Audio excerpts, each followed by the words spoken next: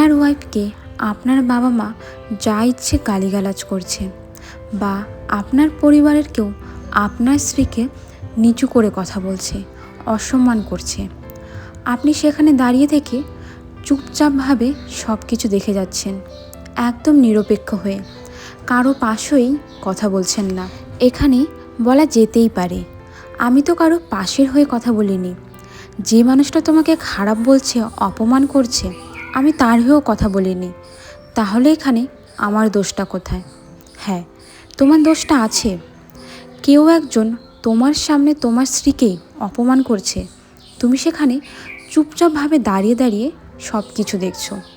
তুমি হয়তো অ্যাক্টিভভাবে সেখানে যুক্ত নাও, কিন্তু প্যাসিভভাবে কিন্তু তুমি সেখানেই যুক্ত। কোনো পুরুষই কিন্তু নিজের পছন্দের মানুষগুলো, নিজের পছন্দের ঘর, জায়গা, ভালোবাসার মানুষকে ছেড়ে কোথাও যায় না। শুধু যেতে হয় স্ত্রীদের, মানে মেয়েদের। কেন যেতে হয়? কারণ এটা আমাদের চিরাচরিত প্রথা। আমরা সবাই এই প্রথাকে সম্মান করে থাকি। মাঝে মাঝে এর ব্যতিক্রমও হয়ে যায়।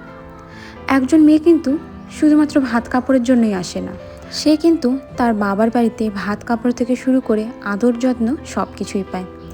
বিয়ের পর একটা মেয়ে তেমন কী চায়? একটু ভালোবাসা, একটু সম্মান, ব্যাস এতটুকুই। কিন্তু সেটাও যেন তার কপালে জোটে না। এই সামান্য চাওয়াটাও যেন তার জীবনে কাল হয়ে দাঁড়ায়। নিজের স্ত্রীকে সম্মান করুন। যদি সে ভুল করে, তাকে একান্তভাবে বলুন এই ভুলগুলো যাতে কখনোই না হয়। তার পরিবর্তে যদি সবার সামনে আপনি নিজের স্ত্রীকে অপমান করেন, বকাবকি করেন, সবাই দেখে কিন্তু এটাই ভাববে আমাদেরও অধিকার আছে তার স্ত্রীকে, তার বউকে অপমান করার। কথাগুলোকে আমি ভুল বললাম সেটা তোমরা জানিও। এমন অনেক কথাই থাকতে পারে যেটা আমার মনে হতে পারে ঠিক, তোমাদের মনে হতে পারে কথাগুলো আমি ভুল বলছি। এই জন্য একটা কমেন্টে জানিয়ে দিবে আমি কথাগুলো ঠিক বললাম নাকি ভুল। নমস্কার বন্ধুরা, আমি দিয়া। আমার একটি নতুন ব্লগ ভিডিওতে তোমাদের সবাইকে জানাই অনেক অনেক স্বাগত। কেমন আছো সবাই কমেন্টে জানাতে একদমই ভুলো না। আজ হলো বুধবার, ঘড়িতে এখন বাজে সকাল 7টা। প্রত্যেক দিনের মতন আজকেও ঘুম থেকে উঠেছি সকাল 6টায়। সকালে ঘুম থেকে উঠে স্নান করে আমি রান্নাবাড়ি বসিয়ে দিয়েছি। সকালে যত বাসি কাজকর্ম ছিল শাশুড়ি মা সব কিছু করে নিয়েছে, এই জন্য বাইরে আমাকে তেমন কোনো কাজ করতে হয়নি। ওই শুধু রান্নাবাড়িটাই বসিয়েছি। সকালে রান্না করবো আজকে ভাত, আলু পরোটা আর সাথে একটা চচ্চড়ি। আর আলু তরকারি করব। আমি বেশি করে আলু সিদ্ধ দিয়েছিলাম। এই ছোটো ছোটো আলুগুলো না আমার তেমন একটা ভালো লাগে না। প্রেশারে দেওয়া সত্ত্বেও পরে রান্না করার পরে এত শক্ত কেন হয়ে যায় সেটাই বুঝতে পারি না। এখন তো আমার রান্নাবাড়ি সব কমপ্লিট হয়ে গেছে, সবাই খাওয়া দাওয়া করে কাজেও চলে গিয়েছে। সারাটা দিন তো বাড়িতে আমাকে একাই থাকতে হয়। এতে কিন্তু ঘরের অনেক কাজকর্ম থাকে, এমন না যে বাড়িতে একা থাকি দেখে কাজকর্ম থাকে না। কাজকর্ম কিন্তু সে একই রকম থাকে। সকালে যে রান্নাবাড়ি করেছিলাম তারপর না বাসনগুলো এখনও ধোয়া হয়নি।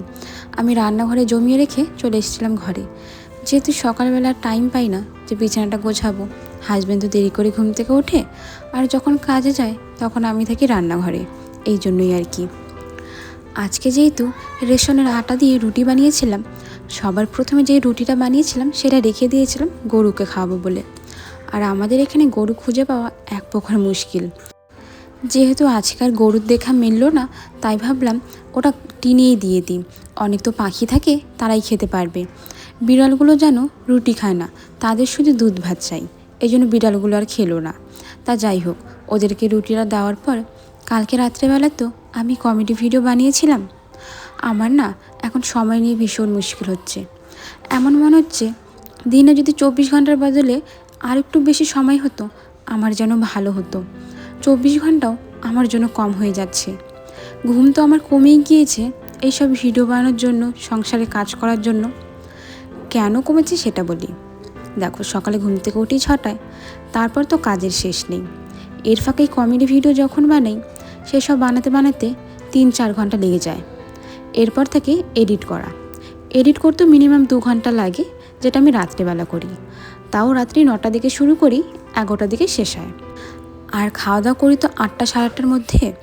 আমার না 10টার দিকে ঘুম পায়, ওই 11টা 12টায় আর ঘুম পায় না। এপাশ ওপাশ করতে করতেই মাঝে মাঝে দেখি রাত্রি 1টা বেজে যায়। ওই 1টার দিকে ঘুমানোর পর আবার সকাল 6টায় উঠতে হয়। মাঝে মাঝে ভয়েস ওভার দেওয়া বাকি থাকে, যদি রাত্রেবেলায় বৃষ্টি হয় তাহলে তো ভয়েস ওভার দিতে সমস্যা হয়ে যায়। আজকে সকালেও হয়েছিল সেই সমস্যা।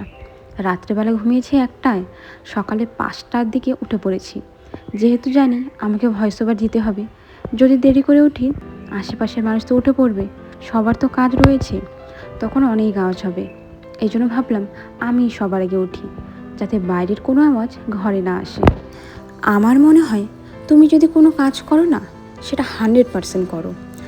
অনেক চেষ্টা করো, কষ্ট হোক যাই হোক না কেন, সেই কাজটা কমপ্লিট করো। কোনো কাজ অর্ধেক রেখো না। অর্ধেক কাজ রাখা আমার একদম পছন্দ না। আমি যখন পড়াশোনা করতাম, স্কুলে পড়তাম, তখন আমি সবসময় চেষ্টা করতাম প্রত্যেক দিনের পড়া প্রত্যেক দিন পড়ার। একসাথে জমিয়ে রাখলে যদি সেটা শেষে পড়া যায়, সেটা মুখস্থ করা কিন্তু ভীষণ কঠিন। কাজের ক্ষেত্রেও সেটা, আজ করব না, কাল করব, এখন করব না, বিকেলে করব, বিকেল নয় সন্ধে করব, সেই কাজ তোমার আর এই জীবনে হবে না। হ্যাঁ, কখনোই পারবে না, সেই কাজ পূরণ হবে না। যখনকার কাজ যখন তুমি ভেবেছো, তুমি সাথে সাথেই করে ফেলো, দেখবে তোমার কাজটা সফলভাবে হয়েছে। আমার এই কথাটা নিজের সাথে একবার মিলিয়ে দেখো। তুমি আলসেমি করে কোনো কাজ রেখে দিবে, সেটা করতে আর মন চাইবে না। আর যদি সেটা তখনই করে ফেলো, তাহলে দেখবে তোমার সেই কাজটা হয়ে গেছে। তা যাই হোক, অনেক বেশি বলে ফেললাম। এইদিকে অনেক কাজ ছিল। কালকে যে রেশনের চালগুলো আনা হয়েছিল, অর্ধেক চাল আমি হাঁড়িতে রেখেছিলাম, আর অর্ধেকটা ব্যাগের মধ্যেই ছিল। আমাদের ঘরে যে পরিমাণে ইঁদুরের উৎপাত, চাল দেখে খেয়ে খেয়ে চলে যাচ্ছে। এইভাবে চাল রাখলে সেই চাল আর আমাদের খাওয়া হবে না, পুরোটাই ইঁদুরের পেটে চলে যাবে। আর ইঁদুর খেলে সেই চাল খাওয়া কিন্তু আমাদের শরীরের জন্য অনেক খারাপ হবে। এই জন্য ভেবেছি চালগুলো হয়তো খাবো, নয়তো বিক্রি করে দেবো, কিছু একটা করবো, নয়তো ভালোভাবে গুছিয়ে রাখবো। আজকে যতটা পেরেছি অনেক জায়গায় সুন্দর করে গুছিয়ে রাখার চেষ্টা করেছি। আমি জানো তো একটা কথা শুনেছি, ঘরে নাকি কচ্ছপ রাখলে ভীষণ ভালো হয়, শুভ কাজ হয়। তোমরা কি এটা জানো? যদি জেনে থাকো আমাকে কমেন্টে জানিও। আমি আর কি অনেকের কাছ থেকে শুনেছিলাম কথাটা, এই জন্য আমিও একটা কচ্ছপ রেখেছি। তাছাড়াও আমরা কচ্ছপকে তো শুভ মনে করি। এদিকে জগন্নাথ দেবের যে ঠাকুরটা দেখতে পারছো, এই ঠাকুরটা আমার দাদা পুরী থেকে আমার জন্য এনেছিল। সেটাই আমি শোকেসে সাজিয়ে রাখি, দেখতেও ভালো লাগে। আর ঘরে যদি ঠাকুর না থাকে তাহলে ঘরটা না ভীষণ ফাঁকা ফাঁকা লাগে। 2 দিনের মধ্যে আমাদের বাড়িতে বাথরুম ঠিক করা কাজ হবে। আমাদের বাথরুমটা তো একদম ভেঙে গিয়েছে, আর ড্রেনের পাশেও রয়েছে, এই জন্য আর কি ঠিক করা হবে। কদিন পরে দাদার বিয়ে, সেই জন্যই আর কি সব কিছু এখন ঠিক করা হচ্ছে। দাদা মানে আমার ভাসুরের বিয়ে, সেটাই বলছি। আমার আগের ভিডিওতে নাহিদা সুলতানা বলেছ, অনেক সুন্দর হয়েছে ভিডিওটা আপু। আমার নাম নাহিদা সুলতানা, তোমার নাম এবার কিন্তু আমি ঠিকঠাক করে নিয়ে নিয়েছি, নাহিদা সুলতানা। নাফিসা সুলতানা বলেছ, অনেক ভালো লাগছে ভিডিওটা আপু, থ্যাংক ইউ নাফিসা। প্রিয়াঙ্কা বলেছ, খুব সুন্দর, থ্যাংক ইউ প্রিয়াঙ্কা। দীপশিখা অধিকারী শুধু লাভ হার্ট দিয়েছ, থ্যাংক ইউ। উর্মিকা সোয়াল থেকে বলেছ, খুবই সুন্দর হয়েছে রান্নাঘরটা, ভালো থেকো তুমি। অবশ্যই আমি ভালো থাকবো, সাথে তুমিও অনেক ভালো থেকো। চলো বন্ধুরা, এখন না খাওয়া দাওয়াটা করে নেব। আজকে সকাল থেকেই আমার ভীষণ পিঠ ব্যথা করছে। আমার যে কী হয়েছে নিজে বুঝতে পারি না। প্রত্যেক দিনই পিঠ ভীষণ ব্যথা করে, কাজকর্ম ঠিকঠাকভাবে করতেই পারি না। যখন আমি বাসন ধুচ্ছিলাম অনেক কষ্ট করে বাসনগুলো ধুয়েছি। ভিডিওটাও না বেশি বড় করছি না, এখানেই শেষ করি আজ।